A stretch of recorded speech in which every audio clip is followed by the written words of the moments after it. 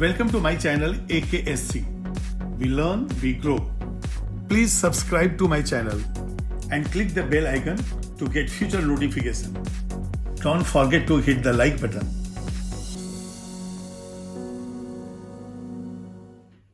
Hello, आज इस video में मैं डिस्कस करने वाला हूं ऑक्सीडेशन स्टेट्स ऑफ आयरन।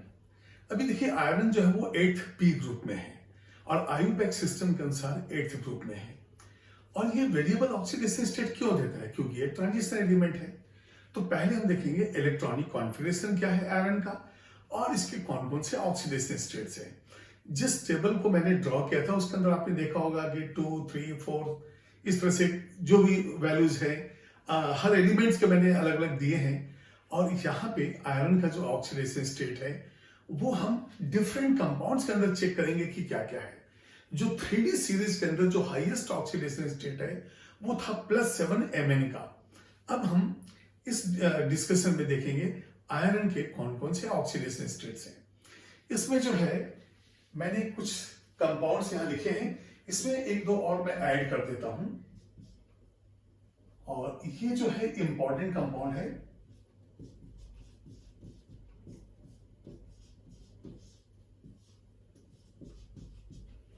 चलिए एक ये भी ऐड हो गया यहां पे। और ये जो है ब्राउन रिंग है। तो अब आते हैं हम सबसे पहले इलेक्ट्रॉनिक कॉन्फ़िगरेशन पे। इलेक्ट्रॉनिक कॉन्फ़िगरेशन आयरन का होता है 4s2 3d6। इसके कोर में जो एलिमेंट है वो हम नहीं लिख रहे हैं, तो यहां पे हो गया 4s2 3d6। अब यहां पे देखिए आप, s में 2 इलेक्ट्रॉन हैं और यहां पे ये जो d है 1, 2, 3, 4, 5 और 6, ये इस तरह से इसके अनपेयर्ड इलेक्ट्रॉन हो गए 4। अब यदि मान लिए s इलेक्ट्रॉन से इन्वॉल्व होता है तो +2 ऑक्सीडेशन स्टेट होगा और जैसे जैसे इलेक्ट्रॉन्स यहां से इन्वॉल्व होते जाएगा इसका ऑक्सीडेशन स्टेट बढ़ते जाएगा। तो अब मैं स्टार्ट करता हूं इस कंपाउंड से जो मैंने FeO लिया है। यहाँ पे ये है FeO, इसका नाम है फेरस ऑक्साइड। अब यहां पे देखिए जब भी हम ऑक्सीजन लेंगे तो ऑक्सीजन का ऑक्सीडेशन स्टेट -2 ही लेंगे और इसके बाद कैलकुलेशन करेंगे जैसा मैंने आपको क्रोमियम में बताया था। तो ये ऑक्सीजन -2 हो गया और ये आयरन कितना हो गया? X हो गया। तो ये हमारा पहला कंपाउंड FeO लिया है हमने। तो X + -2 = 0। क्यों? क्योंकि मॉलिक्यूल के अंदर सम ऑफ द ऑक्सीडेशन स्टेट हमेशा 0 होता है। यदि आयन होता तो इक्वल टू माइनस चार्ज या प्लस चार्ज जो भी होता वो उसके बराबर होता। तो यहां से आपको मालूम चला कि X जो है ये +2 है। अभी देखिए प्लस को चाहे माइनस, ये साइन तो आपको लिखना पड़ेगा। तो ये +2 हमने ले लिया, +2। ठीक है, तो ये फर्स्ट हमारा। सेकंड हम लेंगे अब Fe2O3 जो कि है फेरिक ऑक्साइड। यहां पे देखिए Fe2O3 ये हो गया फेरिक ऑक्साइड। उसी तरह से यहां भी -2 लिखेंगे और एक अननोन X लिखेंगे आयरन का, क्योंकि हमें तो मालूम ही नहीं कि ऑक्सीडेशन स्टेट क्या है। तो यहां पे ये हो जाएगा 2x और ये हो जाएगा -2 × 3। तो अब यहां पे लिखेंगे माइनस, सबसे पहले जो है यहां पे कितना x हो गया 2x प्लस -2 × 3 = 0। तो यहां पे 2x - 6 = 0। तो x का वैल्यू आ गया +3। तो यहां पे हम लिख देंगे +3। इसके बाद देखिए नेक्स्ट है Fe3O4। Fe3O4 उसका भी हम लोग लेंगे। यहां पे ये जो Fe3O4 है इसका नाम है मैग्नेटाइट। जो Fe3O4 है ये है मैग्नेटाइट और इसका दूसरा नाम है मैग्नेटिक आयरन ऑक्साइड। तो मैग्नेटाइट या फिर मैग्नेटिक आयरन ऑक्साइड। अभी देखिए जो Fe3O4 है वो 2 ऑक्साइड से मिलकर बना है, ये मिक्स्ड ऑक्साइड है और इसको हम लिखते हैं FeO.Fe2O3। ये देखिए हमारा ये थर्ड हेड डिस्कशन का, और यहाँ FeO ऑलरेडी ले चुके हैं +2, Fe2O3 में Fe का जो ऑक्सीडेशन स्टेट है +3 है, तो आपका आंसर हो गया +2 +3 बोथ। तो इसके अंदर Fe3O4 में मिक्स्ड है, इसलिए यहाँ पे +2 +3 दोनों है। ठीक है, अब फोर्थ आप देखिए FeCO5, जहां पे CO आ गया, ऐसे कंपाउंड्स को हम कहते हैं कार्बोनाइल, जो डिटेल्स आपको मिलेगा कोऑर्डिनेशन कंपाउंड्स में। तो यहां पे हम देखेंगे फोर्थ में है FeCO5, ये हो गया एक कार्बोनाइल, तो ये कार्बोनाइल है। और कौन सा ये है? ये है आयरन पेंटाकार्बोनाइल। रिडॉक्स में आपने पढ़ा होगा कि कोई भी कार्बोनाइल हो तो उसमें मेटल का ऑक्सीडेशन स्टेट 0 होता है, क्योंकि जो CO ग्रुप अटैच्ड है इसके ऊपर चार्ज 0 कंसीडर होता है, जो कोऑर्डिनेशन कंपाउंड्स में आप पढ़ेंगे। तो यहां पे ऑक्सीडेशन स्टेट ये हो गया 0, ये 0, तो यहां पे 0। अब आप देखिए Fe2CO9, ये भी एक कार्बोनाइल है, लेकिन इसके अंदर 2 आयरन एटम्स हैं, लेकिन उससे कोई फर्क नहीं पड़ता, क्योंकि कार्बोनाइल तो कार्बोनाइल। जब ऑक्सीडेशन स्टेट की बारी आएगी तो मेटल को हमें 0 लिखना पड़ेगा।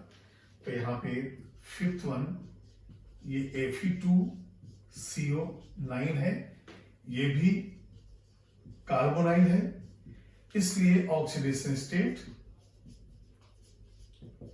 Of iron 0। तो जो भी कार्बोनाइल हो उसके अंदर जो मेटल है उसका ऑक्सीडेशन स्टेट 0 होता है।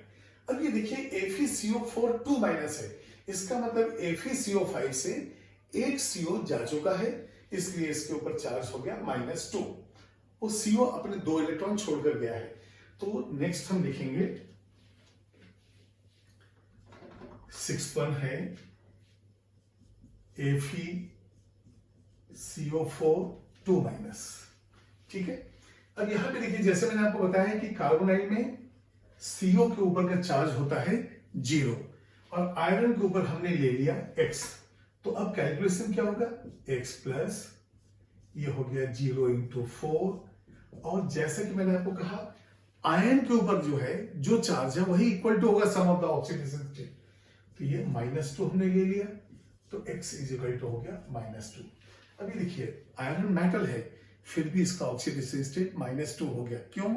जो कार्बन मोनोऑक्साइड गया अपने 2 इलेक्ट्रॉन छोड़कर गया, और वो 2 इलेक्ट्रॉन आयरन के पास है, तो ऑक्सीडेशन स्टेट कितना हो गया? -2। तो यहां पे हम लिख देंगे -2। ठीक है, इसके बाद आप देखिए, तो ये आयन था, जो आयरन पेंटाकार्बोनाइल है उसका आयन है। इसके नाम के लिए आपको कोऑर्डिनेशन कंपाउंड्स पढ़ना पड़ेगा, तब वहां पे देखेंगे इसका नाम कुछ और होता है। ये तो कॉमन नेम हम यूज कर रहे हैं।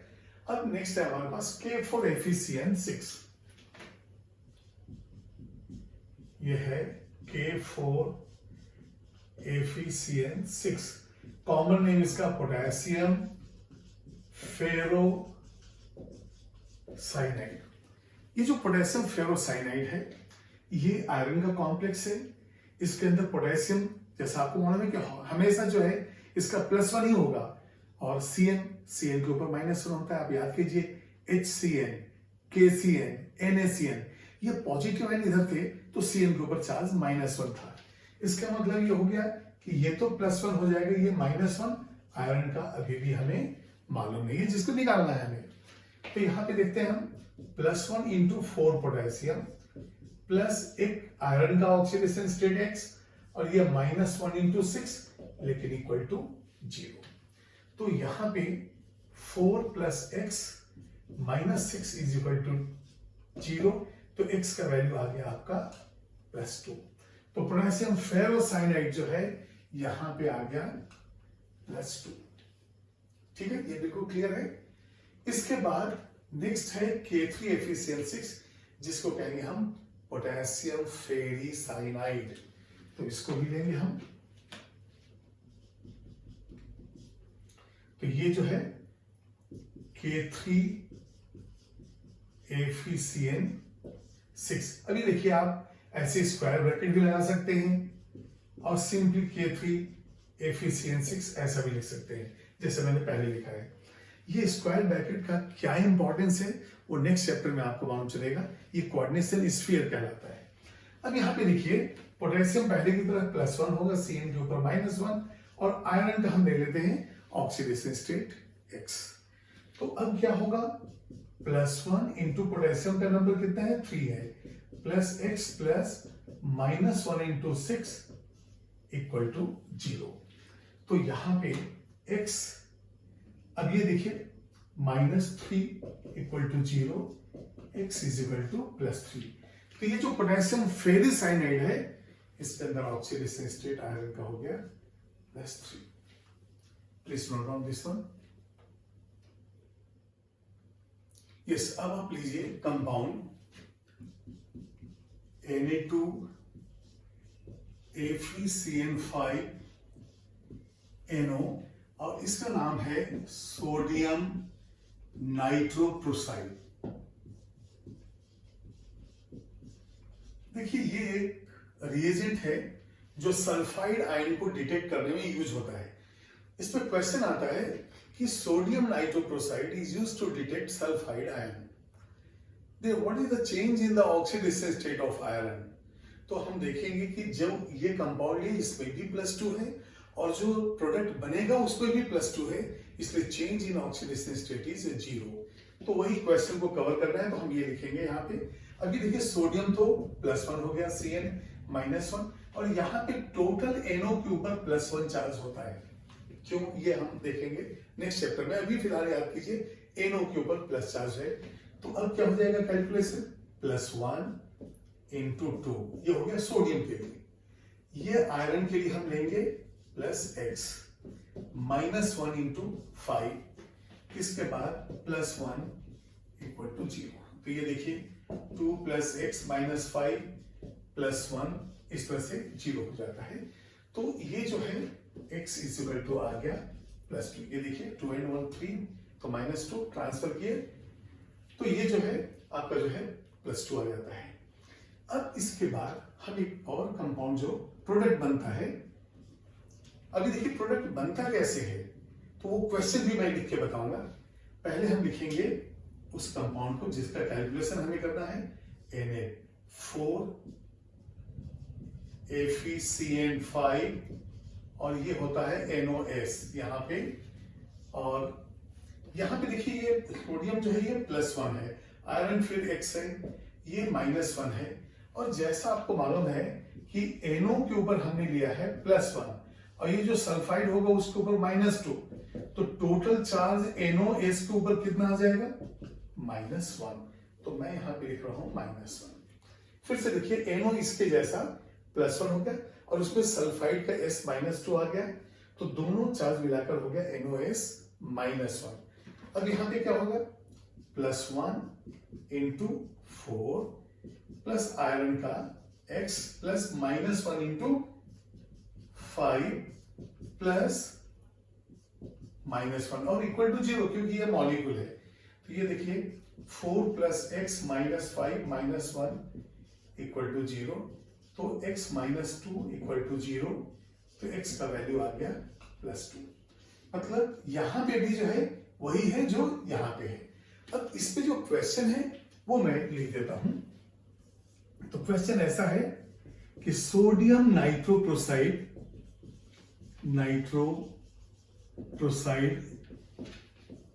is used to detect sulfide ion, S2 minus याद कीजिए मैंने। What is the change in oxidation state of iron? तो अब ये जो है ओरिजिनल कंपाउंड ये है सोडियम नाइट्रोप्रोसाइड और सल्फाइड के साथ बना ये प्रोडक्ट। अब दोनों में तो सेम वही है, लेकिन फिर भी एक इक्वेशन लिख लेंगे हम।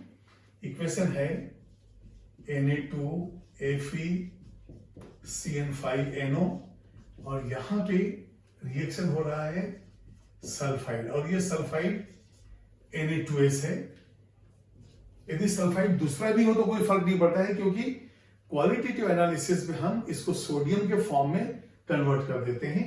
तो यहां से ये हो गया Na4 FeCN5NOS। तो यहां भी +2, यहां भी +2, therefore there is no change in oxidation state of iron।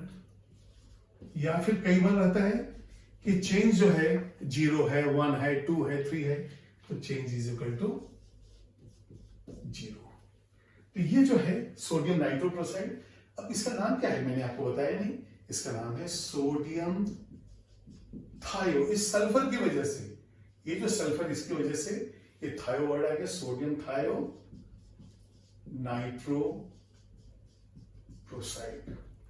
और मैंने एक और एग्जांपल लिया है यहाँ पे ब्राउन रिंग का, ये भी बहुत ही इंपॉर्टेंट है, ये आपके नेक्स्ट चैप्टर में भी आएगा, लेकिन फिर भी ऑक्सीडेशन स्टेट तो कैलकुलेशन हमें यही करना है इसका।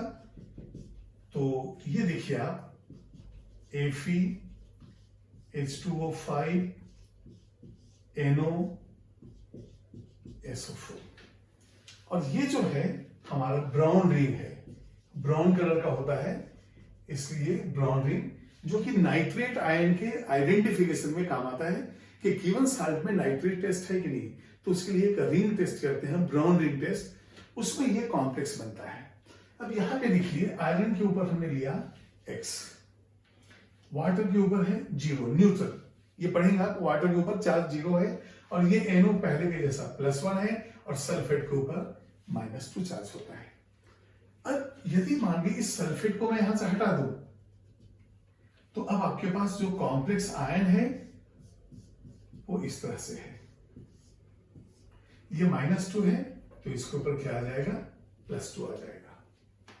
देखिए बाय द एक्सपेरिमेंट जो है इसका, इस कॉम्प्लेक्स का जो वैल्यू है मैग्नेटिक मोमेंट का, पैरामैग्नेटिक प्रॉपर्टी का, वो निकलता है 3.87। तो यहां पे paramagnetic property is 3.87 bore magneton. अभी देखिए 3.87 बोर मैग्नेटन इसका हो गया। और पैरामैग्नेटिक प्रॉपर्टी के लिए मैंने आपको प्रीवियस वीडियोस में मैंने फॉर्मूला दिया है कि स्क्वायर रूट ऑफ n+2 जो है ये होता है म्यू का वैल्यू। तो यदि मैं इसको ऐसा लिखूं, mu is equal to square root of n+2, unit है बोर मैग्नेटन, और n है नंबर ऑफ अनपेयर्ड इलेक्ट्रॉन। ये देखिए UNP मैंने, चलो क्यों शॉर्टकट, ये हो गया अनपेयर्ड इलेक्ट्रॉन्स। अब यदि आप यहां पे वैल्यू रखेंगे 3.87 is equal to square root of n+2, तो ये n वैल्यू आता है 3। कैसे? कोई मैथमेटिकल, कोई कैलकुलेशन इक्वेशन बनाने की जरूरत नहीं है, आपको मालूम है नंबर ऑफ अनपेयर्ड इलेक्ट्रॉन 1 2 3 4 यही होना है। तो यदि मैं 3 लेता हूं तो 3 + 2 5 × 3 स्क्वायर रूट ऑफ 15, 16 होता है स्क्वायर रूट, तो 4 आता है 15, इसलिए 3.87 बोर मैग्नेटन। अब ये n = 3 आ गया। ये बहुत ही इंपॉर्टेंट डिस्कशन है, इसको आप ध्यान से देखिए। अब ये बताइए यदि मैं लेता हूं आयरन, जैसे ब्राउन रिंग में जो है साल्ट, पहले बताता हूं मैं वहां पे क्या होता है। हम लेते हैं salt solution plus FeSO4 plus H2SO4। ये जो है ये फ्रेशली प्रिपेयर्ड होता है, और ये कंसंट्रेटेड H2SO4 होता है, और यहां से हमें मिलता है ब्राउन रिंग। अभी देखिए जब आपने फ्रेशली प्रिपेयर्ड FeSO4 डाला है तो आपके पास तो Fe का ऑक्सीडेशन स्टेट कितना है, +2, और यदि आपने +2 लिया है तो Fe होता है 4s2 3d6, इसलिए ये Fe+2 जो है ये होगा 4s0 3d6, और 3d6 बताता है कि इट हैज 4 अनपेयर्ड इलेक्ट्रॉन। अब सवाल उठता है कि आपने जो फ्रेशली प्रिपेयर्ड FeSO4 ऐड किया है, इसमें है 4 अनपेड इलेक्ट्रॉन। ऐसा क्या हुआ कि अब जो है अनपेड इलेक्ट्रॉन कितना हो गया है, 3। तो क्या होता है कि ये जो नाइट्रेट साल्ट है, ये साल्ट सॉल्यूशन ऑफ नाइट्रेट, ये जो नाइट्रेट का साल्ट है, जैसा मैंने आपको बताया नाइट्रेट के आइडेंटिफिकेशन में कहा होता है नाइट्रेट साल्ट से हमें मिलता है NO। अब ये NO जो है अपना एक इलेक्ट्रॉन आयरन को देता है। तो अब देखेंगे यहाँ पे किस तरह से ट्रांसफर होता है इलेक्ट्रॉन का, और उसकी वजह से ही पूरा का पूरा ऑक्सीडेशन स्टेट चेंज होता है। मैं इसको नहीं मिटा रहा हूं क्योंकि ये हमारे डिस्कशन का पार्ट है। अब यहां पे देखिए ये है हमारा Fe+2 जो है 4s0 3d6, और इसके अंदर जो है NO, ये from nitrate salt during reaction. जब रिएक्शन हो तो यहां पे NO बना, और इस NO ने क्या किया, एक इलेक्ट्रॉन ट्रांसफर किया किसको, Fe+2 को। तो देखिए पहले से ही 3d6 है, एक इलेक्ट्रॉन और मिल गया तो अब ये हो गया 3d7। तो यहां पे देखिए आप Fe अभी जो +2 ये हो गया +1, और ये जो 4s0 3d6 था वो हो गया 3d7। तो अब यदि मान लिए 3d7 को हम देखें और फाइंड आउट करेंगे कितने नंबर ऑफ अनपेड इलेक्ट्रॉन, तो 1 2 3 4 5, ये देखिए छठवां हो गया पेयर, सातवां हो गया पेयर, तो कितने अनपेड इलेक्ट्रॉन हो गए, ये हो गया 3 अनपेयर्ड इलेक्ट्रॉन। बिल्कुल क्लियर है। तो ये जो है NO एक इलेक्ट्रॉन देने की वजह से ये +1 हो गया, और आयरन एक इलेक्ट्रॉन लेके, इसका एक इलेक्ट्रॉन लेके ये +1 हो गया। तो अब हम इसको कैसे कैलकुलेट करते हैं, यहां पे हम लेंगे आयरन का X प्लस वाटर के ऊपर तो 0 चार्ज हम लेते हैं, और इसके बाद +1 जो है ये यहां पे NO का है, और यहां पे देखिए इक्वल टू +2 चार्ज। मैंने जैसा कहा ना कि आयन है तो इसके ऊपर जो चार्ज है वही लेते हैं, तो ये हो गया +2, तो X = हो गया +1। तो ये ब्राउन रिंग में ऑक्सीडेशन स्टेट जो है, अब मैं यहां पे लिख सकता हूं X = +1। तो आपने देखा कि ऑक्सीडेशन स्टेट आयरन में 0 भी है कार्बोनाइड्स में, +1 ब्राउन रिंग में, और +2 +3 तो बिल्कुल ही कॉमन है। ठीक है, please note down this one. Specially ये जो है आपको याद रखना पड़ेगा, ब्राउन रिंग टेस्ट में भी आएगा और ये कॉम्प्लेक्सेस में भी आएगा कई जगह। तो ऑक्सीडेशन स्टेट +1 कंफर्म होता है। ये जो 3.87 बोर मैग्नेटन, जो हमने पैरामैग्नेटिक प्रॉपर्टी मतलब प्रेसिपिटेट को, ब्राउन रिंग को ड्राई करके जब उसका मैग्नेटिक प्रॉपर्टी निकाला गया तो 3.87 आया। तो ये जो है वेरिफिकेशन हो गया, ट्रांसफर कैसे इलेक्ट्रॉन का हो वो बताया, और X = +1। तो ये सारे मैंने डिस्कस किया आपको ऑक्सीडेशन स्टेट ऑफ आयरन। ऐसे बहुत से कंपाउंड हैं, ये बेसिक लेवल पे अभी D block and F block में इतना काफी है। Please note.